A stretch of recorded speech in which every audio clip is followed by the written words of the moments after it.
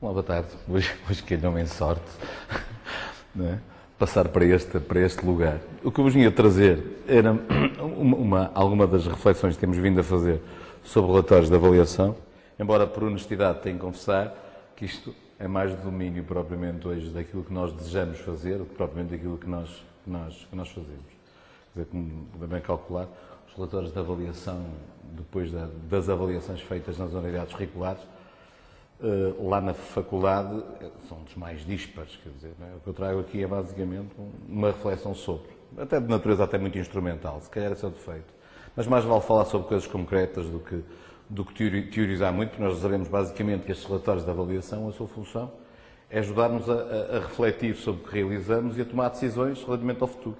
Isto é tão simples quanto isso. Agora, entre o que se anuncia e o que se pretende e depois a prática, é que esta ponte muitas vezes é a ponte mais difícil de fazer.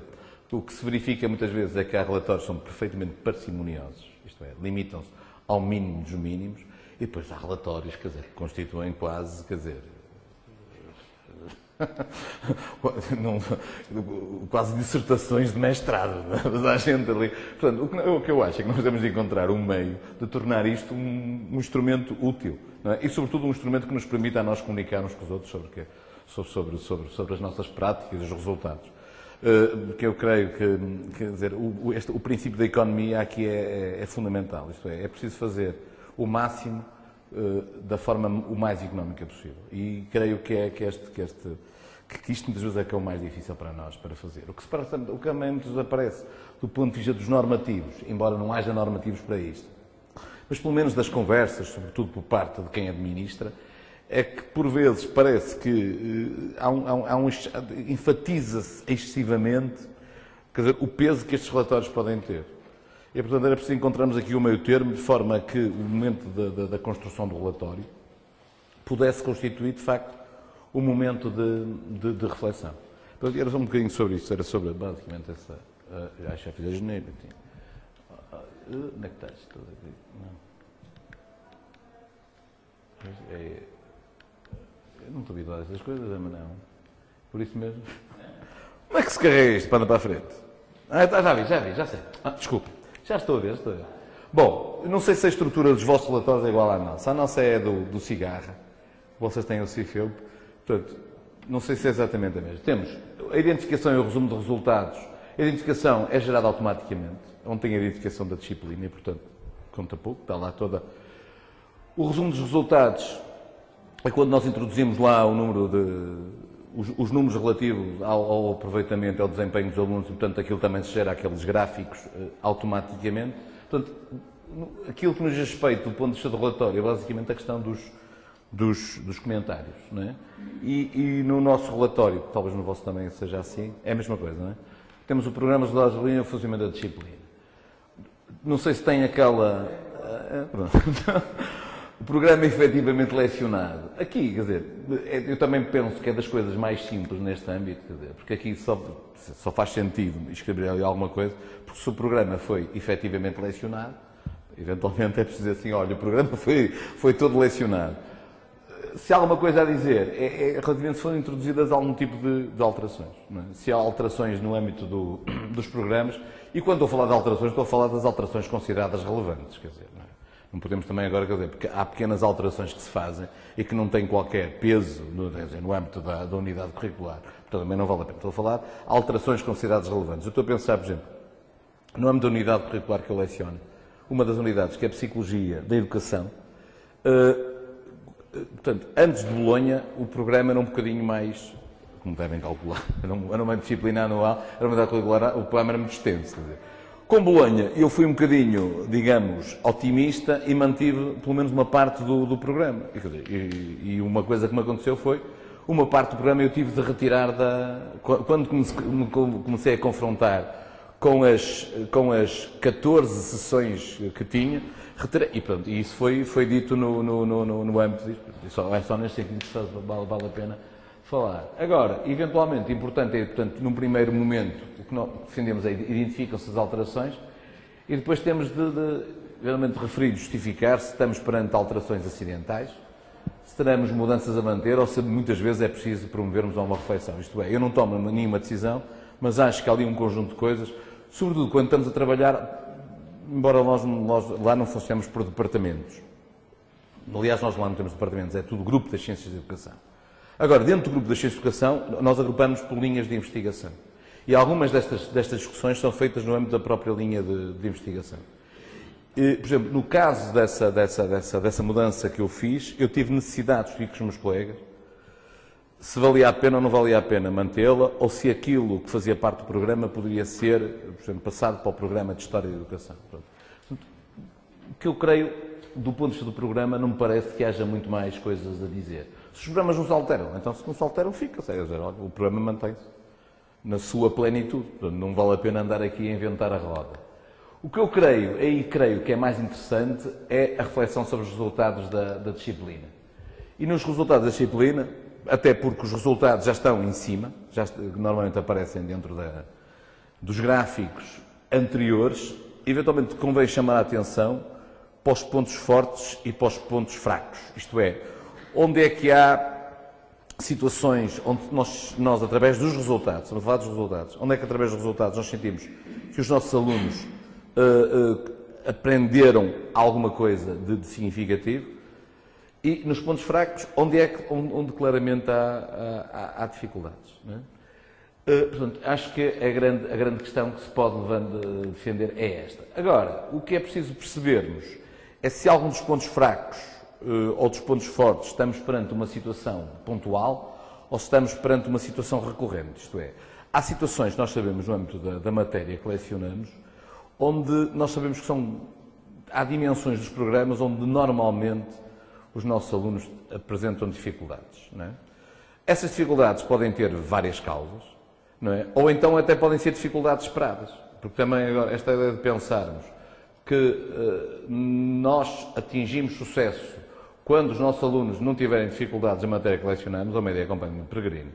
É perfeitamente de esperar que haja, digamos, dimensões da matéria, das unidades curriculares que lecionamos, onde os nossos alunos tenham necessariamente dificuldades. São dificuldades esperadas face à complexidade dos problemas. Algumas delas são esperadas e, portanto, apenas convém referir isso. Outras são inesperadas. Não é? Agora, a questão de enunciar os pontos fortes e os pontos fracos, sobretudo os pontos fracos, e esta possibilidade de mostrar se estamos perante uma situação pontual ou recorrente, só é importante exatamente por isto. Porque nos permite sustentar a possibilidade de nós pensarmos em soluções para os problemas que nos confrontamos. Eu creio que esta é a grande questão. A grande questão aqui da discussão sobre os resultados da disciplina é percebermos se aquelas dificuldades, esperadas ou inesperadas, quer dizer, sobretudo as recorrentes, não nos obrigam a assumir um conjunto de decisões. Sejam elas decisões do ponto de vista da gestão curricular, que nos pode obrigar, por exemplo, a repensar o programa, não é? A reorganizá-lo de outra maneira, a pensar no outro tipo de articulação entre a nossa unidade curricular e outra unidade curricular. A gestão curricular, estamos a falar basicamente do ponto de vista da gestão dos programas, do ponto de vista daquilo que nós chamamos de mediação pedagógica, isto é, de outras estratégias que nós tenhamos que utilizar para atingir um determinado tipo de resultados, ou então até em torno da própria avaliação, se nós não temos que repensar o tipo de avaliação que fazemos. Portanto, ou seja, mais do que andarmos aqui com relatórios muito extensos, não é? e para os quais nós não estamos muito dispostos a investir, até porque muitas vezes sentimos que esse investimento é inútil. Eu creio que a utilidade daquele investimento tem a ver basicamente pelo facto de nos permitir tomar consciência dos problemas, de forma a depois podemos propor algum tipo de alterações. Alterações que nos digam respeito. Isto é, alterações que dependam de nós. Porque podemos também pensar que algumas das dificuldades que os nossos estudantes tenham, algumas dessas dificuldades, eu estou a pensar, por exemplo, na minha faculdade, em Psicologia, eles têm 9 unidades curriculares semestrais e em Ciências de Educação têm 7 unidades curriculares semestrais, e o que nós começamos a perceber claramente é que algumas das dificuldades que os nossos estudantes sentem têm a ver exatamente por uma sobrecarga de trabalho, quer dizer, que é derivada à própria estrutura curricular que nós temos. Isto é, nós, enquanto professores, podemos minimizar alguns desses problemas, Mas não os podemos resolver. E são decisões que não passam por nós individualmente. São decisões que um dia terão de ser discutidas quando pensarmos enfim, isto é terrível. Nós entramos em Bolonha há 2 anos e já estou aqui a falar da necessidade da revisão curricular. Mas, de facto, é verdadeiramente impossível. Quer dizer, num trabalho de natureza intelectual, num trabalho de natureza formativa. Quer dizer, esta dispersão acaba por ser uma coisa verdadeiramente venenosa e mortal.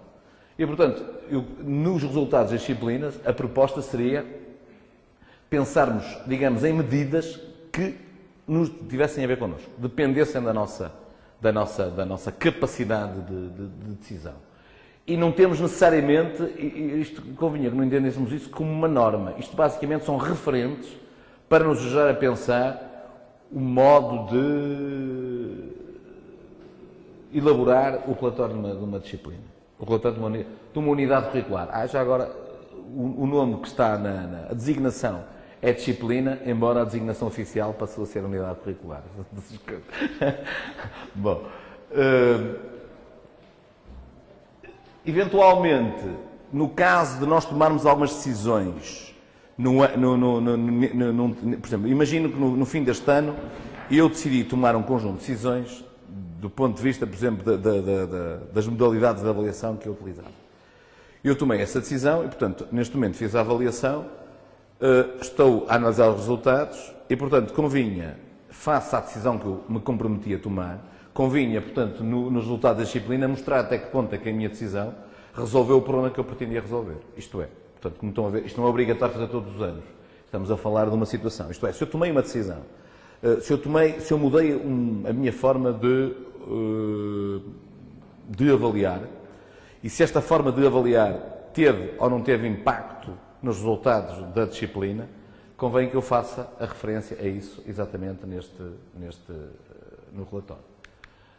Relativamente ao funcionamento da disciplina, eu apontaria para uma reflexão que tivesse a ver com questões que não dependem tanto da minha atividade como docente. Isto é, que dependem muito mais de decisões de natureza institucional e organizacional, não é? Que afetam o funcionamento da disciplina. Portanto, é alguma coisa que tem de ser pensada ou no âmbito dos departamentos, ou no âmbito do Conselho Científico, ou no âmbito do Conselho Pedagógico, seja onde for. Mas é uma coisa que não depende de mim. É uma decisão de natureza mais estruturante e, portanto, este é um momento em que eu eventualmente poderei refletir sobre isso. Eu aqui acho que andei um bocadinho mais. Bom. Portanto, seriam identificar as dimensões que possam afetar o funcionamento da disciplina, tendo em conta que são decisões que têm a ver com a estrutura do próprio curso. Eventualmente, perceber se houve decisões que nós tomamos e depois é preciso avaliar se essas decisões tiveram ou não tiveram impacto. Este também será um momento. Este também é um momento onde muitas vezes, mais do que fazermos má língua, eu estou a pensar, os exemplos que eu dou ali são os exemplos da minha faculdade. Não é? Nós andamos aí com um problema com os nossos estudantes Erasmus, não é? Com alguns dos nossos estudantes Erasmus. E muitas vezes passamos a vida no corredor a falar, a dizer bem, a dizer mal, uns dizem bem, outros dizem mal. Eu acho que se nós estamos perante um problema sério, eu acho que não estamos perante um problema sério, não é? Mas há gente que estamos perante um problema sério com os nossos estudantes Erasmus. Eles vêm para cá fazer turismo, não fazem nada, pá, e nós não temos meios de... Eu não acho que as coisas sejam exatamente assim. Mas se eu penso isto desta maneira, é uma boa altura de eu colocar isto na minha finalidade. Assim, os estudantes Erasmus, eu eu sou suscetível a situações de insucesso. E tenho que explicar porquê. A história também com os estudantes trabalhadores, que é outro problema que há muita gente que refere, nomeadamente quando estamos a falar em unidades curriculares que funcionam em regime oficinal, sei lá, no caso da psicologia, que será o regime oficinal, por exemplo, fazer observações, por exemplo, num jardim de infância, do ponto de vista de avaliar o desenvolvimento psicológico das crianças. É preciso uma pessoa passar lá um mês, quer dizer, lá diz, e os estudantes trabalhadores não conseguem fazer isto, não é? Porque estão a trabalhar. E, portanto, há gente que diz que se eles não conseguem fazer isto, então, olha, não podem fazer a disciplina. Isto tem de ser objeto de discussão. Porque, quer dizer, estas decisões não passam por nós. As decisões têm de ser discutidas no seu conjunto, de forma a tentar perceber como é que se resolve esta questão, até porque os estudantes trabalhadores têm direitos. Depois a questão dos recursos, que é sempre é uma velha história. Se há recursos que nos faltam e que podem afetar, este será o momento também. Portanto, ou seja, a diferença entre Este item e o item anterior é que o item anterior diz respeito ao conjunto de decisões, ao conjunto de avaliações que têm a ver com decisões que me dizem respeito a mim enquanto professor. No âmbito do funcionamento da disciplina, era fazer uma reflexão de natureza mais ampla, do ponto de vista, porque são reflexões mais amplas, porque têm a ver com decisões de caráter institucional e de caráter organizacional. Pronto, que é uma coisa que nós hoje temos, com que nos defrontamos muitas vezes, até fruto do próprio processo de Bolonha, que nos colocou perante um novo tipo de exigências, perante novos problemas e perante situações que nunca nos passaram pela cabeça alguma vez que pudessem acontecer. Só agora, vivendo a situação, é que nós começamos a tomar consciência delas. E, portanto, eu acho que era basicamente isto que eu vos tinha para dizer, mas depois a gente falará. E passo a palavra ao professor. Pois, muito obrigado pela paciência de estarem aqui mais uma vez. Eu já não tenho, para me ouvir, como já dizia da última vez. Ainda bem que não fui o primeiro, porque, de facto, podemos assistir a uma apresentação muito cuidadosa, estruturada e acho que diz o essencial daquilo que é necessário para um bom preenchimento do relatório da unidade curricular.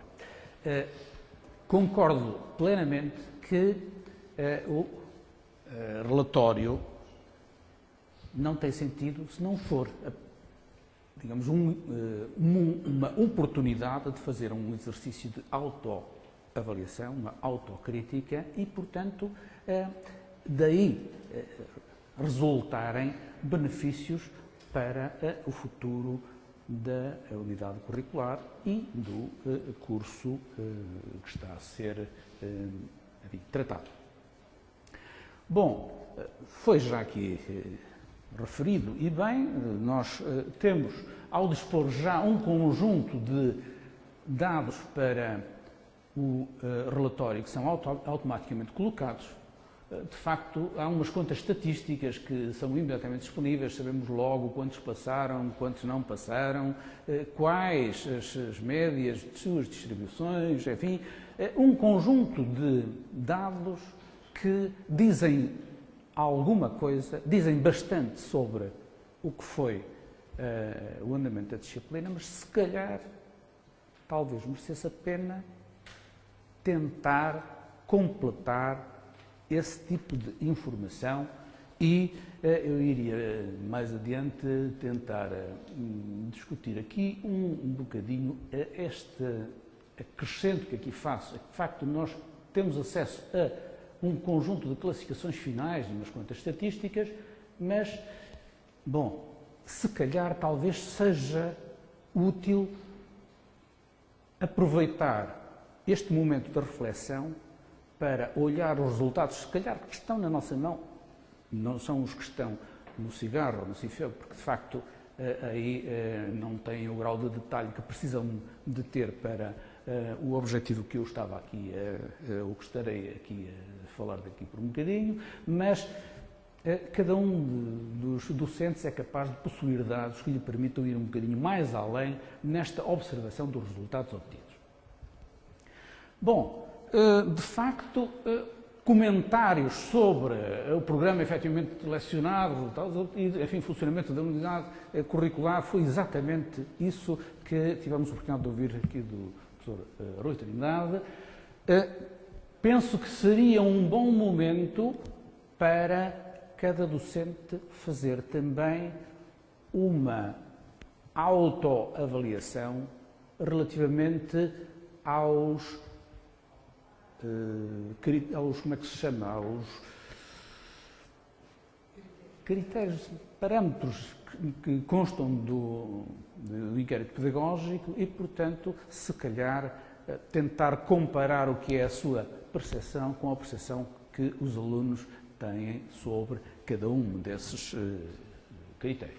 Bom, obviamente, há a oportunidade de ouro para tentar fazer umas quantas sugestões de melhoria.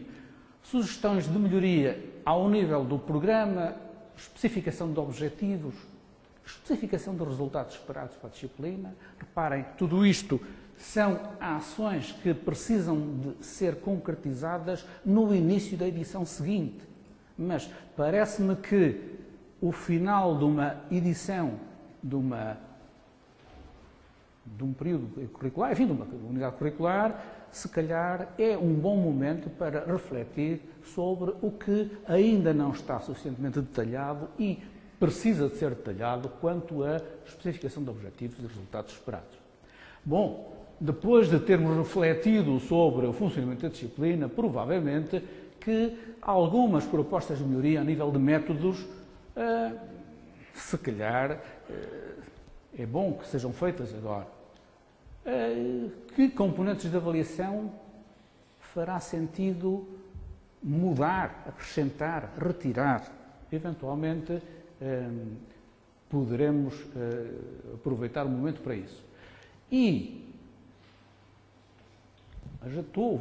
eu pelo menos ouvia grandes queixas do lado dos estudantes relativamente à concentração do esforço que lhes era exigido em determinados momentos, ao exagero, ou o contrário, ao pouco esforço que lhes estava a ser exigido face àquilo que seria esperado para uma determinada unidade curricular. De maneira que era exatamente esse exercício de autoavaliação que eu sugeria fosse feito aproveitando este momento. Ora bom, por exemplo, vamos admitir que aqui na Faculdade de Engenharia, para os mestrados, se calhar na Faculdade de Psicologia, o mesmo acontece, porque isto são objetivos que estão previstos em lei para os mestrados. Há um conjunto de objetivos gerais que eu gostaria de aqui reler num instantinho. Portanto, primeiro, possuir conhecimentos de nível avançado em ciências de base e de engenharia. Parece-me que todas as unidades curriculares desta casa têm que ter este objetivo. Com base ou com objetivo final? E possuir... Como adquirir. Adquirir. Possuir no final. Evidenciar uma abordagem profissional ao trabalho na sua área vocacional. Em algumas unidades curriculares faz sentido, noutras não faz sentido, no mestrado é obrigatório. Portanto, se alguma unidade curricular tem alguma ligação direta à profissão, se calhar era bom terem atenção que deveria existir este objetivo bem claro. Depois, ter capacidade de resolução de problemas e saber construir e fundamentar a sua própria argumentação. Acho que todas as unidades curriculares desta casa também devem ter este objetivo. Os dois, digamos, ali para conhecimentos teóricos, aqui para a sua aplicação, eu acho que estes dois objetivos deviam estar provavelmente em todas as unidades curriculares. Depois, ser capaz de comunicar de uma forma clara e objetiva. Bom, nem todas as unidades curriculares deverão treinar os estudantes para a comunicação, mas em algumas, sim. Demonstrar uma atitude proativa perante o conhecimento que permita uma aprendizagem ao longo da vida de uma forma auto-orientada e autónoma. Nem todas as unidades curriculares irão ter este objetivo, mas algumas deverão tê-lo. E se o tiverem, obviamente é preciso, em algum momento, o ideal será antes da edição seguinte, especificar o objetivo, criar atividades que propiciem a aquisição deste treino e, digamos, desta competência. Ora bem, por exemplo, suponhamos o caso da capacidade de comunicação. Onde é que está? Qual é? O número? 9, está ali. Ser capaz de comunicar de uma forma clara e objetiva. Muito bem. Pretendemos que os nossos estudantes terminem o curso tão bons comunicadores como um apresentador de televisão? Porventura não. Não será necessário. Bom, então qual é o grau de proficiência que nós esperamos? Da mesma maneira que se espera que os conhecimentos de matemática sejam medidos através da classificação final obtida pelo aluno. Alguém que tire 16, 17, 18 valores, certamente que está a demonstrar que adquiriu conhecimentos das matemáticas com um grau de proficiência relativamente elevado. Quem teve 10, não. Ora bom, então a classificação atribuída deverá ajudar a perceber a profundidade a que se chegou, o grau de proficiência. Muito bem. Então, se calhar, para estes vários objetivos, talvez seja possível pensar que uns, nesta unidade curricular em particular, deverão ser mais pesados do que outros. Deverá haver algum cuidado no sentido de, por exemplo, bom, eu fiz aqui uma sugestão de hierarquização numa determinada unidade curricular destes 5 objetivos e os pesos que lhe estaria a atribuir, feitas umas contas, seriam daquela ordem de grandeza. Tudo bem. Estou a ver aqui alguma coisa que está a perturbar as mentes. Isto é de propósito. Isto é de propósito. Eu posso fazer um comentário? Diga. Estou numa cadeira de 4 anos. A maior parte do ano é a elaboração de um projeto de distribuição de água. Sim, senhor. Durante os últimos 4, 5 anos, obrigávamos os alunos a fazer um relatório. Atualmente, vamos fazer algo que será um relatório muito resumido, em que praticamente só apresenta os resultados. Não há propriamente agora uma forma de avaliar a sua capacidade de comunicação de forma clara e objetiva. E porquê? Porque chegámos à conclusão que pelo menos 70% dos alunos não sabem escrever português. 70% dos alunos não sabem escrever um relatório. Não temos capacidade de ensinar a escrever um relatório e eles, muito simplesmente, têm que copiar relatórios dos anos anteriores e errados com este português e não existe. Bom, mas, obviamente, isso deve traduzir-se pelo aparecimento na componente de classificação relativa à capacidade de comunicação, deve traduzir-se por uma nota baixa e um peso baixo. É um facto. Mas o problema não é esse. O problema é nós termos desistido de fazer. Está bem, ok, mas isso é uma questão que, obviamente, tem que ser equacionada a nível do grupo, para ver se é ou não é importante para a aquisição desse tipo de competências a unidade curricular em questão. Se for, há que mudar a estratégia. Se não for, tudo bem. Não é necessário, onde eu queria chegar a este ponto, é que não é necessário que todas as unidades curriculares tenham todos os objetivos previstos para os mestrados e, sobretudo, com grande proficiência, não é? Não é necessário. O problema não é esse. É que, da mesma forma como nós existimos numa unidade curricular, eu acredito que os colegas de outras cadeiras que têm que fazer isso também acabam por existir. Pronto, mas se... Está errado. Está errado. Alguém tem que cuidar para que no curso essa competência seja treinada.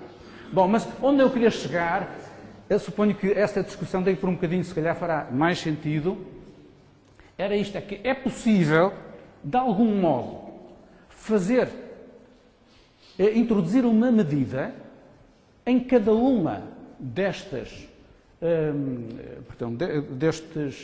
para cada um destes objetivos, deve ser possível criar elementos de avaliação que permitam, de alguma maneira, medi-los.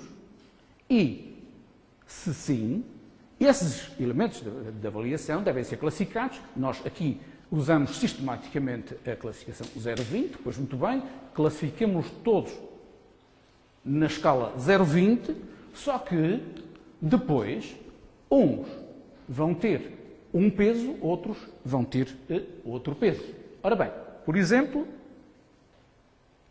vamos admitir que Na unidade curricular de que estávamos a falar, havia estes 5 objetivos a cumprir e estavam previstas estas componentes de avaliação.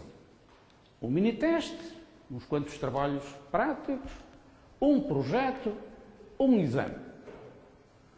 Ora bem, da reflexão anterior, enfim, isto poderá eventualmente vir a ser discutido com mais pormenor se vier a ser achado conveniente. Eram estes os pesos relativos que se sugeria para estas 5 componentes. Pois muito bem, estes pesos estão aqui indicados, 36,4%, 36,4% e assim sucessivamente. Com certeza que a componente de comunicação pesa menos do que as componentes referentes aos conhecimentos de base e à capacidade de resolução de problemas. Obviamente, depois, sei lá, a tal ligação à prática é muito menos ainda, não é? Bom, portanto, partindo deste conjunto e admitindo também que o mini-teste tem um peso diferente dos trabalhos ao longo do ano e do projeto e do exame, os pesos para estas componentes de avaliação estão ali indicados.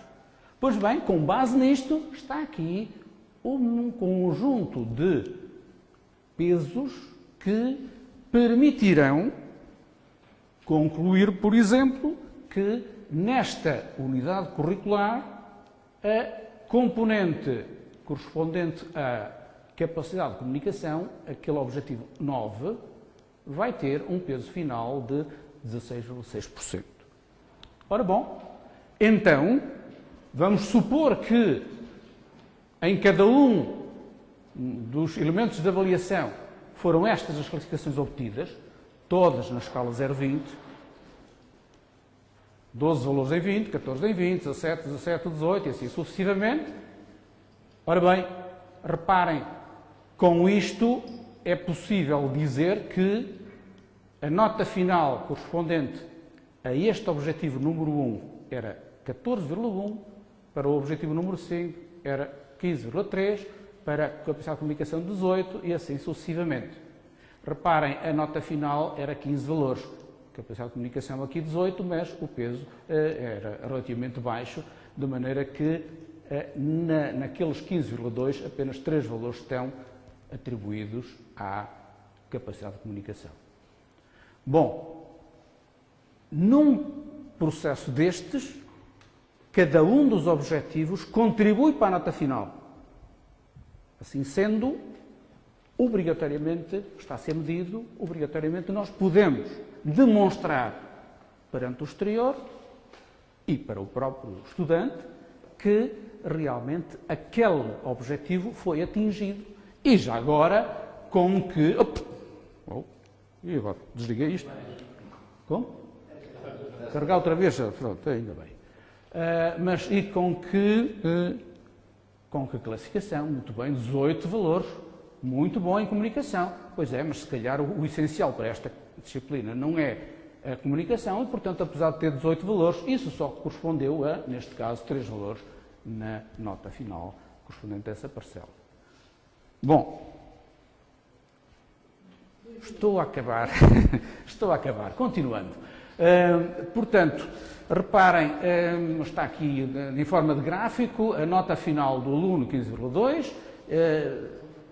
O peso desta unidade curricular era 6 unidades de crédito ECTS. Agora reparem também uma coisa. Se nós pensarmos que as unidades de crédito são utilizadas para ponderação das classificações finais, pois a parte proporcional correspondente a cada um dos objetivos também é possível aqui ser quantificada. De modo que, para o objetivo número 1, teríamos 2,4 ECTS, não, era um peso 2,4 na mesma escala que está a ser usada para ponderar todas as unidades curriculares, e a classificação de 14,1 para o segundo objetivo, assim sucessivamente. Bom, esta informação, porventura, é mais completa do que a que atualmente é disponível e que é apenas aquela última que ali está. Bem, dizia, e então para terminar, que era um bom momento, a elaboração do relatório, era um bom momento para os docentes se questionarem a si próprios relativamente àquelas dimensões que estão a ser utilizadas no inquérito pedagógico. Enfim, a comparação da sua opinião com a dos estudantes é imediatamente possível, se é que não estão já disponíveis no momento em que o relatório está a ser feito, se calhar já estão disponíveis, e, portanto, seria um bom momento para confrontar a sua opinião com a opinião dos estudantes. Não deveria deixar de aproveitar-se a oportunidade para questionar o volume de trabalho e o grau de dificuldade que está a ser pedido e exigido aos estudantes na unidade curricular de que estamos a falar. Pronto, e suponho que já excedi o tempo.